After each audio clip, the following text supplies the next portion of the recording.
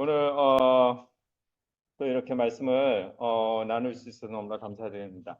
오늘 이렇게 드리는 말씀은 생각해 보니까 제가 한 20여 년 가까이 숙제처럼 안고 있었던 어떤 부분이 있었어요. 근데 그 부분이 풀리는 어떤 계기가 됐던 것 같아요. 그래서 저 자신한테 굉장히 큰 확신을 가져다 줬고, 이것이 또 형제 자매들에게도 큰 도움이 될 수 있을 거라고 생각을 합니다.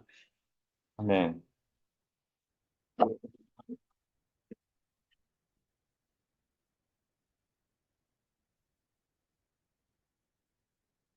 오늘 그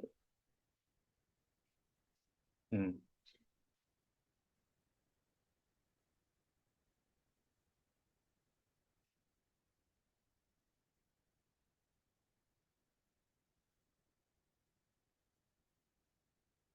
네.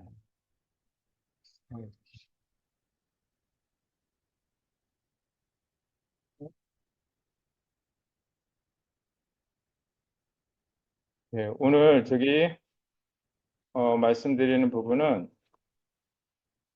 그 제목은 하늘 자산을 수령하는 법, 세족과 고백에 대한 부분입니다. 이렇게 합시다. 음, 그 우리 교회에서 되게 오랜 시간 동안에 잘 해왔던 것들이 있었어요. 어, 그러다가 이제 어느 순간부턴가 그 어떤 부분이 이제 점차 줄어드는 부분이 있었는데 오늘은 그 부분을 한번 보고자 합니다. 오늘 보는 부분은 여러분도 익히 많이 봤었던 너무나 많이 봤었던 그 부분일 겁니다. 성경을 한번 읽도록 하겠습니다. 요한복음 13장 3절부터 5절까지입니다.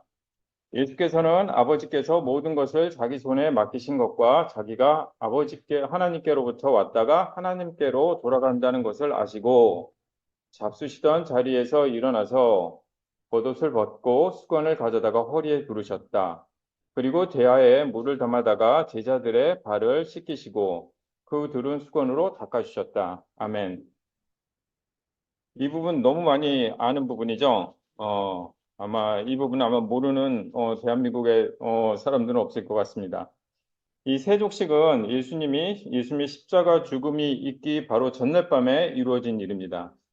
만약 여러분들이 내일 죽게 됩니다. 죽게 된다고 하면은 그 전날에 행하는 것은 굉장히 의미 있는 일을 할 수밖에 없겠죠.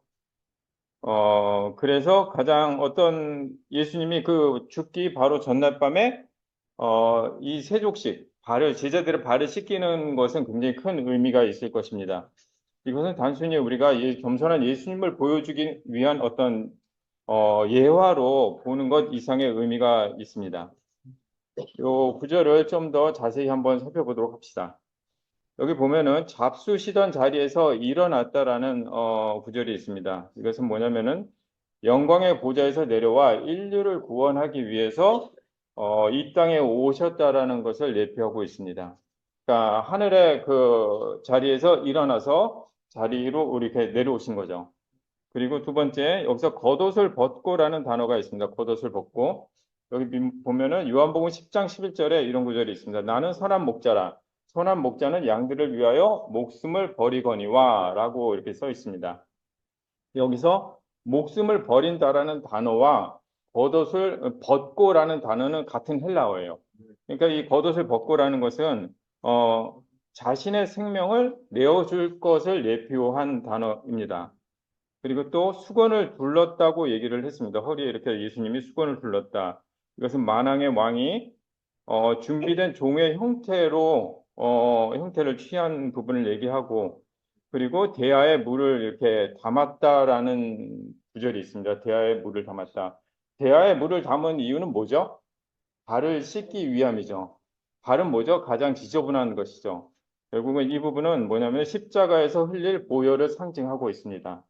그리고 발을 씻기심, 수건으로 닦으심, 이거는 우리와 우리의 죄와 부정함을 주님께서 친히 짊어지신다는 그 대속의 의미를 담고 있습니다. 계속 보도록 하겠습니다. 요한복음 13장 6절입니다. 시몬 베드로의 차례가 되었다. 이때 베드로가 예수께 말하였다. 주님께서 내 발을 씻기시렵니까? 이렇게 베드로가 얘기를 합니다. 뒤에 구절을 보면은 베드로가 안 된다 막 이런 내용이 나오죠. 근데 베드로는 왜 거부를 했을까? 당연히 거부할 수밖에 없었을 것. 그 당시 문화로 봤을 때. 발을 씻기는 일은 가장 낮은 노예나 이막인 종이나 할 수 있는 일이었습니다. 주님이, 그 선생이 제자의 발을 닦는 것은, 사회적인 위계 질서를 완전히 파괴하는 행위였었던 거죠. 그리고 또 하나는 자신의 발. 발이면 굉장히 지저분했겠죠. 그 당시에 샌들을 신고 다녔기 때문에 그 발을, 어, 노출하는 거. 상대방에게 발을 내미는 것은 굉장히 어떻게 보면 좀 수치스러운 일일 수 있어요. 자기가 가리고 싶은 부분을 하는 것을. 그래서 베드로는 어쩌면 이 부분에 대해서 힘들어했을 수도 있다. 그러니까 주님에게 발을 내민다라는 것은 자신의 약점이나 가장 자신의 어떤 죄를 주님에게 이렇게 내보이기보다는 그것을 자기가 스스로 좀 통제하고 싶다. 이렇게 가리고 싶은 부분이 있었을 것입니다. 베드로는 그전에도 많은 예화에서 봤듯이 자신의 생각이 굉장히 강해요. 그러니까 이거는 내 방식대로 하겠다라는 생각들이 많이 있죠. 그래서 그는 자신의 생각과 방식을 고수를 합니다. 예수님이 말씀을 했죠. 발을 내밀라고 얘기를 했는데 안 된다라고 얘기를 한 거잖아요. 이것은 예수님의 말씀에 대한 순종보다는 자신의 생각, 자신의 방식이 더 맞다고 생각을 하는 것이죠. 근데 왜 그러면 예수님의 말씀보다 자신의 생각과 방식이 맞다고 생각을 했을까? 그것은 영적 무지에서부터 비롯됩니다. 제가 제자로 산지 30여 년이 됐는데 저도 지난 시간을 돌아보면은 영적 무지의 상태에 있었다고 생각이 됩니다. 그 이유 중에 하나는 성경에 나오는 몇몇 구절로 인해서 나의 행동의 정당성을 찾으려고 했었던 적이 참 많이 있었던 것 같아요. 어, 지금 생각을 해보면은 성경을 우리는 전체적으로 이해할 필요가 있습니다. 그리고 순종하려고 노력을 했을 때 주님이 얘기하는 뜻을 우리는 정확하게 행동으로 할 수 있게 될 것입니다. 우리는 주님 앞에서 또는 공동체 앞에서 나는 완벽해. 나는 별 문제 없어. 나는 뭐 괜찮게 사는 것 같아. 라는 식으로 우리 스스로를 포장할 수가 있어요. 그런 가면을 쓰고 교회 생활을 하기 쉽습니다. 그러나 진정한 제자라는 것은 자신의 가장 취약한 부분, 자신의 발을 주님 앞에 이렇게 내놓는 거. 그게 뭐죠? 죄겠죠. 죄, 중독, 연약함, 이와 같은 것들을 주님 앞에 내어놓을 수 있고, 또한 공동체 앞에 그 부분을 내어놓고 도움을 요청할 수 있는 제자가 진정한 제자라고 생각을 합니다. 우리가 죄를 숨길 때 우리는 그것은 충분히 사탄의 도구로서 이용을 당할 수가 있죠. 그러나 죄를 고백할 때 이는 치유의 통로가 됩니다. 오늘 말씀드리는 부분은 우리가 왜 서로 연약한 부분을 서로에게 드러내야 하는지 그 부분에 대한 부분입니다. 우리가 많이 봤던 구절이죠. 야고보서 5장 16절입니다. 그러므로 여러분은 서로 죄를 고백하고 서로를 위하여 기도하십시오. 그러면 여러분은 낫게 될 것입니다. 의인이 간절히 비는 기도는 큰 효력을 냅니다. 아멘. 이 말은 그 전에 봤던 구절, 그러니까 예수님이 서로 발을 씻어주라는 그 말을 가장 구체적인 행동으로 옮긴 부분입니다. 어떻게 행동하는 것이 발을 씻어주는지 여기서 보면 죄에 대한 부분을 얘기를 합니다. 우리는 이 세상을 사탄이 지배하고 있죠. 이 지배하는 세상에서 우리가 살다 보면은 필연적으로 우리는 세상의 먼지를 몸에 묻힐 수밖에 없어요.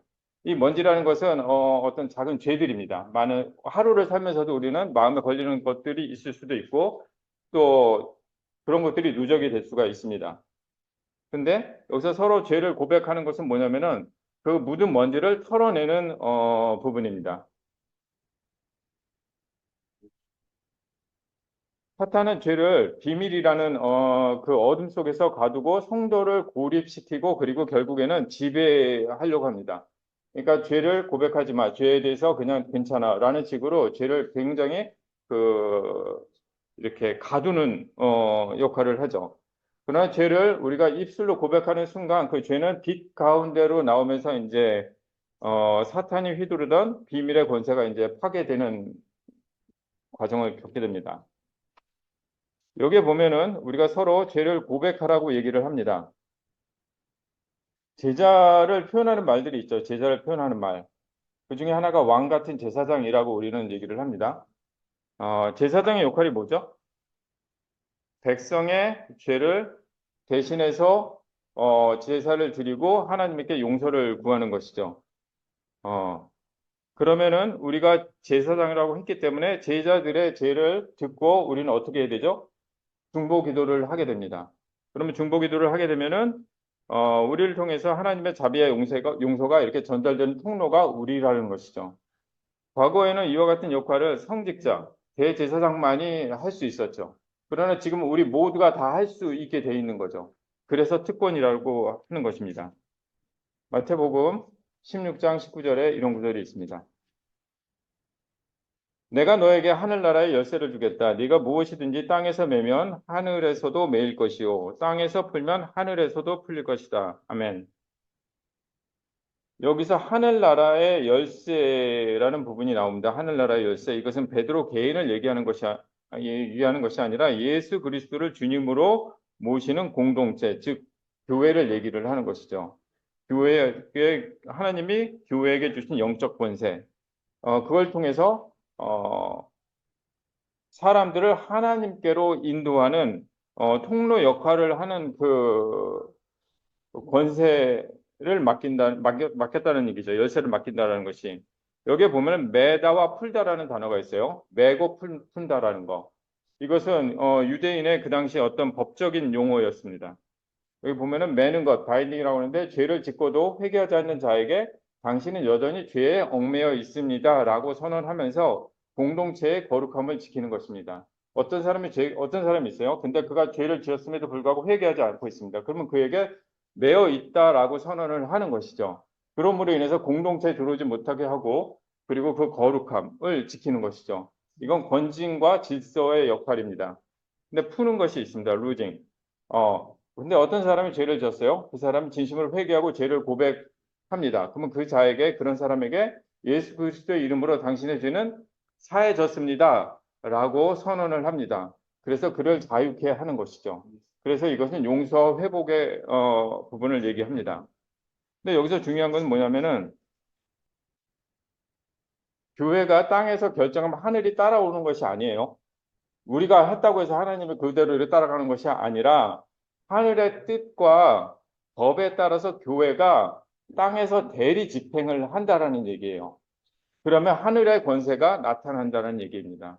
그래서 하늘과 땅이 그러니까 하나님과 우리가 연결되어 있다라는 거죠. 우리는 그러니까 어, 그럼 하나님은 왜 그 하늘의 이 열쇠를 우리에게 왜 맡겼을까요? 왜? 그냥 하나님이 다 하면 되잖아요. 우리는 실수도 많고 하잖아요. 잘못할 수도 있고. 그거는 뭐냐면은 하나님과 우리가 같은 일을 동역을 하기 위함입니다. 누군가 죄책감으로 우리가 시달릴 때 형제 자매가 주님이 당신을 용서하셨습니다. 우리도 당신을 용서합니다라고 말해줄 때 비로소 그 영혼에 묶여있던 사슬이 이렇게 끊어지게 되는 것이죠.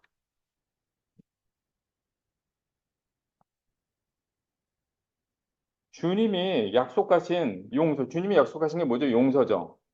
용서라는 어떤 자산을 교회라는 창구를 통해서 합법적으로 수령하는 절차. 그러니까 죄를 고백하고 그러니까 그 교회는 그 하늘나라의 어떤 대사관 같은 거예요. 대사관. 대사관에서 하는 일이 뭐죠? 가장 많이 하는 거는 비자 발급이잖아요. 비자 발급이잖아요. 여기 계시잖아요. 비자를 발급하고 비자를 또 거부하고 넌 들어올 수 있어. 넌 못 들어와. 그러니까 들어올 수 있는 건 뭐예요? 푸는 거예요. 너는 하늘나라에 들어올 수 있어. 이렇게 푸는 거고 너는 죄에 대해서 회개하지 않고 너는 못 들어와. 딱 막아버리는 것이죠.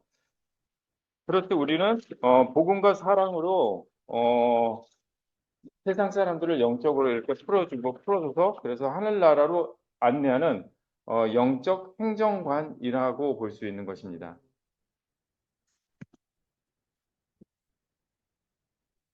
13장 8절에 이런 구절이 있습니다. 베드로가 다시 예수께 말하였다. 아닙니다. 내 발은 절대로 씻기지 못하십니다. 예수께서 그에게 말씀하셨다. 내가 너를 씻기지 않으면 너는 나와 상관이 없다. 아멘.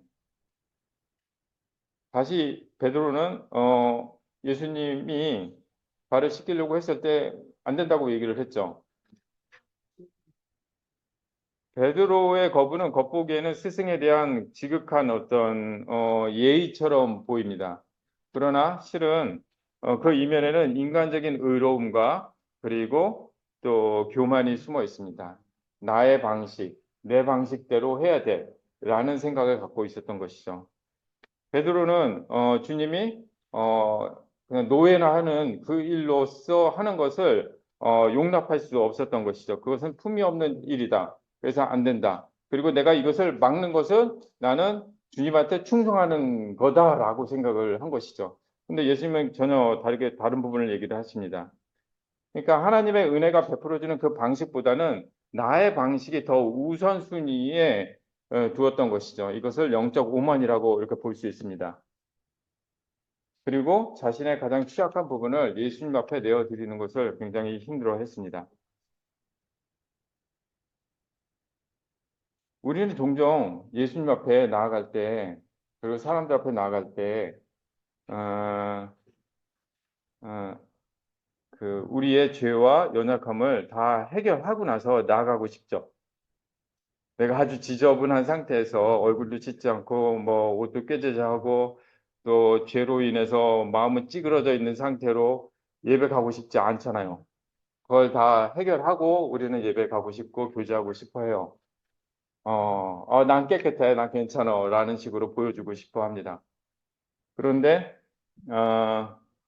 그리고 우리는 죄를 서로에게 고백하려고 하지 않죠. 왜 그러냐면 부끄럽기 때문에 그 죄를 스스로 해결하고 싶은 욕구가 있습니다. 그래서 나는 그랬던 적이 있어요. 죄를 지면 난 금식을 했던 적도 있었어요. 그래서 이 정도 하면 됐겠지라고 쌤쌤이 아니야 이런 식으로 했었던 적도 있었어요. 근데 절대 그렇게 되지 않는다는 걸 나중에 깨달았죠. 우리는 아무것도 내게 일어나지 않아. 나는 지저분하지 않아. 나는 괜찮아. 나는 뭐 좋아. 이런 모습을 참 보이고 싶어 합니다. 근데 예수님은 어떻게 얘기하시죠?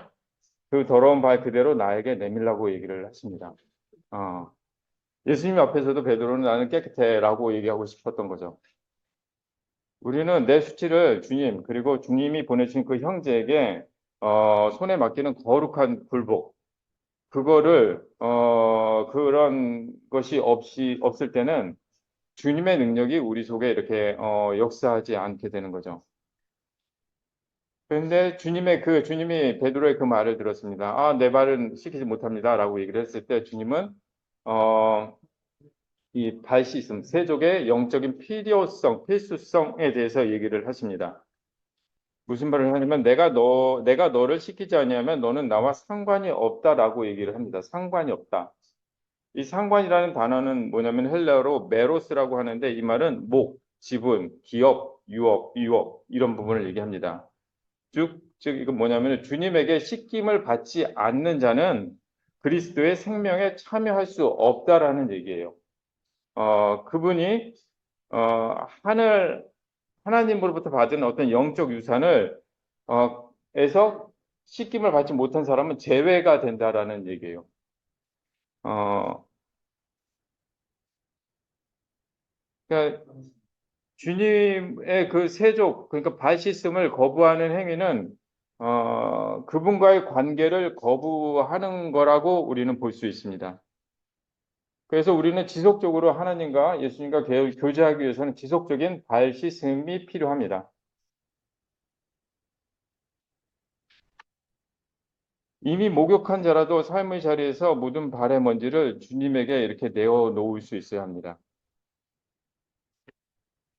근데 만일 그 지저분한 발을 내어놓지 못하게 되면은 어떻게 될까? 하나님과 예수님과의 영적인 친밀감, 그 기쁨, 평강, 그 은혜, 그 모든 것에서 제외가 되게 되겠죠. 그것을 나눌 수 없게 됩니다. 결론적으로 얘기를 하면 우리가 고립을 깨고 빛으로 나아가서 죄를 고백을 했을 때 우리는 비로소 예수님과 상관이 있는 자가 되는 거예요. 근데 그거를 행하지 않으면 상관이 없는 자가 되는 것입니다. 상관이 있다라는 것은 그걸 통해서 하나님의 기쁨을 우리가 누릴 수 있게 된다는 것입니다. 요한복음 13장 10절에 이런 구절이 있습니다. 예수께서 그에게 말씀하셨다. 이미 목욕한 사람은 온몸이 깨끗하니 발밖에는 더 씻을 필요가 없다. 너희는 깨끗하다. 그러나 다 그런 것은 아니다. 아멘. 여기에 목욕과 발 씻음에 대한 부분을 구분하고 있습니다. 목욕이라는 것은 예수 그리스도의 믿음으로 인해서 단번에 전인격적인 어떤 죄사함, 중생, 그리고 의롭다고 칭하는 것, 칭의를 얻게 되는 과정을 얘기합니다. 이것은 우리가 세례 받았다는 것을 의미합니다. 우리가 세상에서 살다가 세례를 받고 나서 어떤 변화가 있는 거죠? 하나님의 자녀로서 신분 변화가 일어나게 됩니다. 그것이 목욕하는 부분입니다. 근데 발식이라는 것은 무엇일까요? 발식이라는 것은 이미 구원받은 성도가 세상을 살아가면서 어쩔 수 없이 묻히는 많은 먼지들, 죄들, 그와 같은 부분들에 대해서 우리는 지속적으로 씻어야 된다는 것이죠. 영적인 불결함을 매일매일 우리 회개하는 그 부분, 즉 성화라는 부분을 얘기합니다. 이 발 씻는다라는 것은 우리가 신분의 변화를 위해서 필요한 것이 아니라 하나님과 지속적으로 기쁨 관계를 유지하기 위해서 필수적인 거라는 거죠. 요한복음 13장 12절입니다.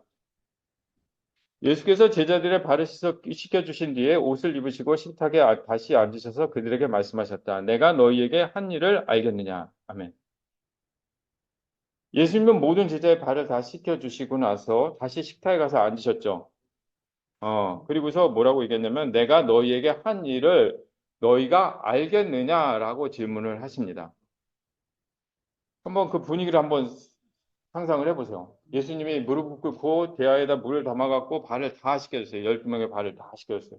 바로 유다까지 다 씻겨줬어요. 제자들은 굉장히 충격에 빠졌겠죠. 진짜 멘붕이 왔을 거예요.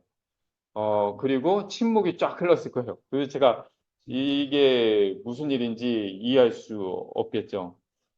근데 예수님이 딱 앉고 나서 내가 왜 행한 것을 너희가 아느냐라고 질문을 합니다. 제자들이 알까요? 모를까요?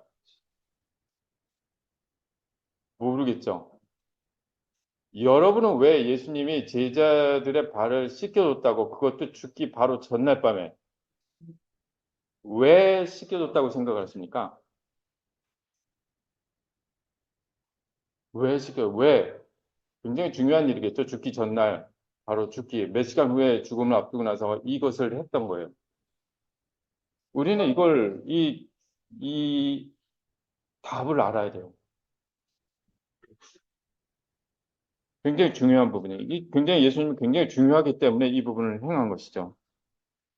우리가 성경을 읽을 때 이 성경 구절이 왜 여기 쓰여져 있지? 그리고 나는 왜 이것을 읽고 있지? 예수님이 이 행동을 왜 나에게 알려주고 싶어 하지? 이 모든 것들에 대해서 질문을 하고 그거에 대해서 답을 얻으려고 노력을 해야 됩니다.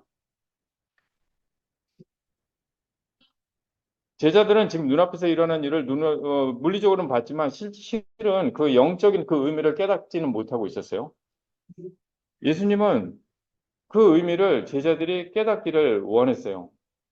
너희들이 이것을 깨달아야 된다. 어, 우리는 주님으로부터 받은 은혜, 뭐죠? 목욕, 그리고 발 씻기 이런 것들을 받죠.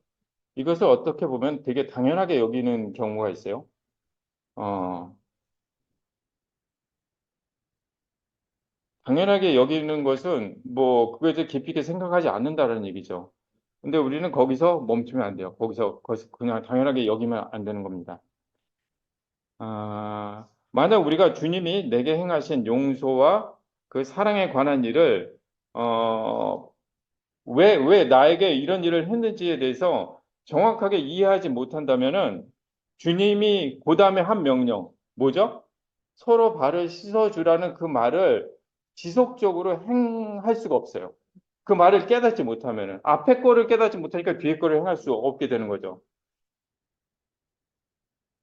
이 말은 뭐냐면은 주님의 은혜가 주님이 뭘 원하냐면은 내가 너에게 한 것이 너에게서 끝나기를 원치 않는다라는 거예요. 너를 통해서 내가 너에게 한 것이 흘러가기를 희망한다는 얘기입니다.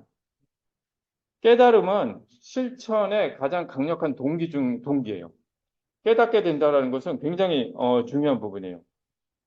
아, 우리는 말씀을 깨닫기 위해서 성령에게 기도하고 또 말씀을 깊이 있게 묵상을 해야 됩니다. 말씀을 깨달을 때 제자에게 있어서 가장 기쁜 것 중에 하나가 뭐죠? 나는 개인적으로 말씀 깨닫는 거. 굉장히 뻥 뚫는 듯한 느낌? 그 영화 그 인터스텔라 여러분 보셨죠? 거기에서 그 우주로 간 아빠의 딸이 박사잖아요. 근데 뭔가를 뭐 되게 어떤 뭐를 되게 풀려고 굉장히 노력을 했는데 안 풀렸어요. 근데 그 아빠가 뭐 4차원의 공간에서 떠돌아다니면서 뭐 모르스 부호로 뭐 이렇게 막 알려줘 갖고 결국은 그 평생 동안 풀리지 않는 어떤 그 원리를 그 딸이 풀게 됐어요. 그러면서 복도에 나가서 이렇게 종이를 딱 뿌리면서 유레카라는 단어를 이렇게 그 장면이 이렇게 떠오르는데 풀리지 않았던 것들을 알게 됐을 그 기쁨. 제가 좋아하는 오스왈드 챔버스가 그런 얘기를 했어요. 만약 성경의 한 구절만이라도 마음속에서 그것이 터진다면은 그 사람의 삶은 변하지 않을 수가 없다라고 얘기를 해요. 저도 그래요. 우리가 성경의 한 구절만이라도 우리가 깨우칠 수 있다면은 삶이 당연히 변하겠죠. 그만큼 우리가 깨닫기 위해서 굉장히 참, 많은 노력을 해야 될 거라고 생각이 듭니다. 13장 13절입니다. 너희가 나를 선생님 또는 주님이라고 부르는데 그것은 옳은 말이다. 내가 사실로 그러하다. 당시 고대 사회에서 주인의 종이 발을 씻기는 것은 상상도 할 수 없는 일이죠. 근데 예수님이 먼저 발을 씻기신 겁니다. 예수님이 본인이 직접 본을 보이신 것이죠. 이로 인해서 14절, 요 다음에 나오는 구절에 보면은 서로 발을 씻어 주어라라고 하는 명령에 대해서 절대적인 복종을 요구할 수 있게 된 거예요. 내가 발을 씻어줬으니 제자인 너희는 당연히 발을 씻어 주어야 된다라는 얘기예요. 우리가 서로의 허물을 덮어주고 발을 씻어 주어야 하는 이유는 그냥 그것이 도덕적으로 착한 행동이기 때문에 하는 것이 아니라 주님이 직접 그 일을 행하셨기 때문에 우리는 제자로서 그것을 해야 된다라는 얘기죠. 이 말은 선택 사항이 아니라는 얘기예요. 예수님이 직접 본을 보이셨기 때문에 나도 그것을 해야 된다라는 얘기입니다. 14절에 보면은 이런 얘기가 있습니다. 주이며 선생인 내가 너희의 발을 씻겨 주었으니 너희도 서로 남의 발을 씻겨 주어야 한다. 개역개정에는 내가 주와 또는 선생이 되어 너희 발을 씻었으니 너희도 서로 발을 씻어주는 것이 옳으니라 라고 했습니다. 개역개정에 옳으니라라는 표현을 썼는데 이것은 헬라어의 뜻은 단순한 권고나 에티켓을 얘기하는 게 아니에요. 그것이 아니라 법적인 부채 또는 반드시 이행해야 할 도덕적 의무를 얘기를 합니다. 아, 우리는 주님으로부터 상상할 수 없는 큰 은혜와 사랑을 받았죠. 우리가 받은 것을 돈으로 환산할 수 없겠죠, 당연히. 그거를 인정하십니까? 인정한다라는 것은, 그 다음에 책임감, 의무감이 따른다라는 얘기예요. 그냥 인정만 하고 입 딱 씻고 나에서 끝난다. 이거 이렇게 하면 안 된다라는 거예요. 인정한다면은 받은 사랑을 형제에게 돌려주어야 할 의무가 있는 영적 채무자라는 얘기예요. 우리는 형제 자매들을 도와줘도 되고 안 도와줘도 되고 뭐 이런 선택이 아니라는 얘기예요. 도와줘야 된다라는 얘기예요. 형제의 발을 씻기는 것은 영적 채무자의 부채 상환과도 같습니다. 내가 용서받았으니 너도 용서하라는 얘기인 거죠.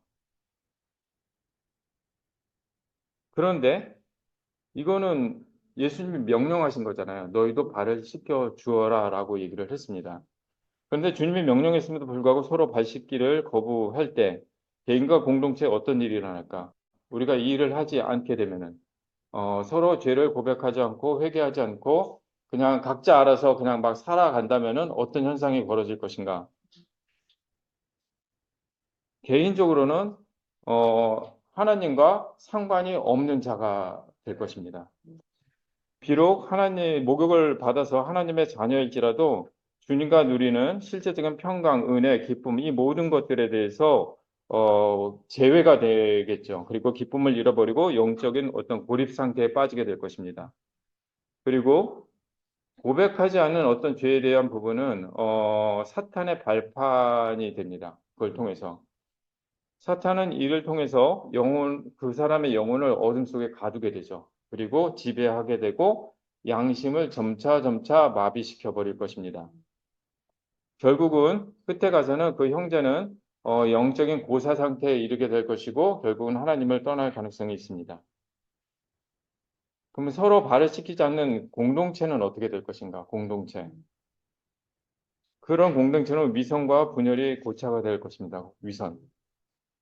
그러니까 서로 누가 더 큰가 이런 부분들을 얘기하게 될 것이고 또 비난하게 될 것입니다. 그리고 자신의 연약함을 감추고 어, 겉으로만 거룩한 척하는 그런 위선이 교회 전체에 번지게 될 것입니다. 가장 큰 폐해는 뭐냐면은 교회를 통해서 세상 사람들에게 복음을 전달을 해야 되는데 그 교회 자체가 복음을 전하는 데 있어서 걸림돌이 될 수 있다라는 것입니다. 예수님은 단번에 예수님은 그거 알고 계셨어요. 우리가 세례를 받았지만 그리고 목욕을 했지만 우리가 세상에 있는 동안은 계속 먼지가 묻을 것을 예수님은 알고 계셨습니다. 목욕하고 나서 그 다음에 깨끗한 상태로 살면 너무 좋죠. 그러다가 하늘나라에 가면 가장 부시겠죠. 그런데 그렇지 않다라는 것이죠. 그렇기 때문에 예수님은 너희가 서로 발을 씻어주라고 얘기를 하십니다. 발을 씻어주는 행위는 성도가 매일 서로의 죄를 용서하고 그리고 중보 기도하면서 거룩함을 유지할 수 있는 가장 영적인 안전장치라는 것입니다. 이걸 통해서 우리가 예수님과 계속적인 관계를 유지해 나갈 수 있습니다. 이런 일을 지속적으로 하는 교회는 굉장히 신뢰의 관계를 쌓아 나가고 있죠. 단순한 종교 집단이 아니라 서로 짐을 나누어 줄 수 있는 그 교회가 되고 또 치유가 그 속에서 일어나게 될 것입니다. 하늘나라 가는 것은 굉장히 좁고 험한 길이라고 성경에는 분명히 얘기를 하고 있습니다. 그리고 인간은 태어날 때부터 죄성을 갖고 태어났습니다. 이 말은 뭐냐면은 언제든지 환경, 분위기만 조성이 되면 우리는 죄를 지을 수 있는 조건이 되었다라는 얘기입니다. 자신이 아무리 죄를 짓지 않으려고 노력한다고 해도 우리가 죄를 짓게 되는 경험을 우리는 많이들 해봤을 것입니다. 그리고 좌절하게 되죠. 형제가 만약 이런 상황에 빠졌다고 한다면은 그를 정죄하거나 우리는 판단하지 않아야 합니다. 다만 연약하기 때문에 그가 죄를 짓구나라고 우리는 볼 수 있어야 됩니다. 그래서 그를 불쌍히 여길 필요가 있습니다. 그리고 제사장처럼 우리는 중보 기도를 할 필요가 있습니다.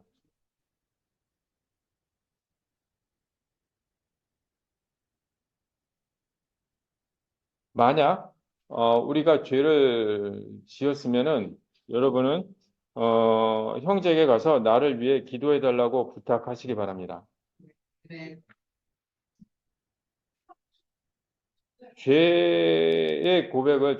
죄에 대한 고백을 하는 것을 인간적으로 생각하지 않으셨으면 좋겠어요.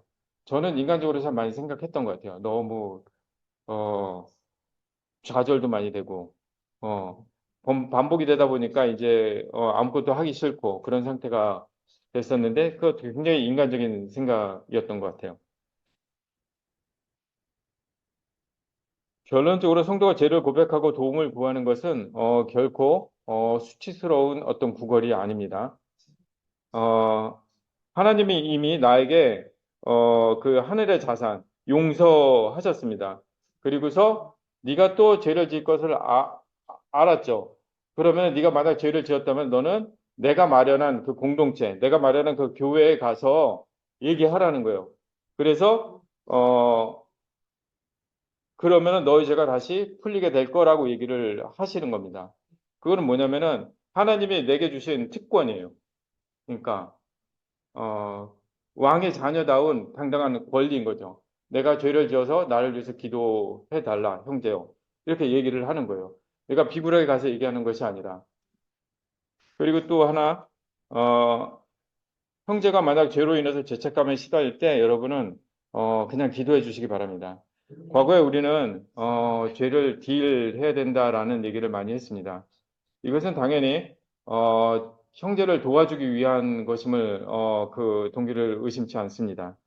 그런데 저는 이 말을 개인적으로는 별로 그렇게 좋아하지는 않았었어요. 그러니까 이 말을 했을 때 어떤 느낌이 들었냐면 나는 죄인이고 나는 심판받는 느낌. 나는 쭈그리고 앉아서 하여튼 그런 기억들이 되게 많이 있었던 것 같아요.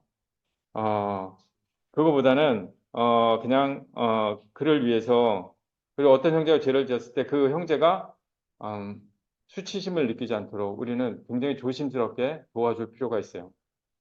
어떨 때 저는 되게 수치심을 느낀 적도 있었어요. 어, 어, 뭐 여러 가지 것들이 있었어요. 음. 우리는 그냥 그 형제의 그 죄를 들었을 때 들어주고 기도해주고 그리고 계속적으로 또 얘기도 해주고 그러니까 어느 누구도 자신의 죄를 쉽게 나눌 수 있는 그런 교회가 공동체가 되면 참 좋겠다는 생각이 들었습니다. 이렇게 한번 물어보시면 어떨까요? 요즘 뭐 힘든 거 없어? 어, 내가 너에 대해서 뭐 기도해 줄 거 없어? 이렇게만 물어봐도 형제는 자신의 죄에 대해서도 얘기할 것이고 자신의 어려움에 대해서도 얘기할 것입니다. 그러면 우리가 쉽게 서로에 대해서 기도해 줄 수 있는 그런 교회가 될 수 있을 거라고 생각을 합니다. 이상으로 말씀을 마치도록 하겠습니다. 네. 네, 안녕하세요. 오늘은 관순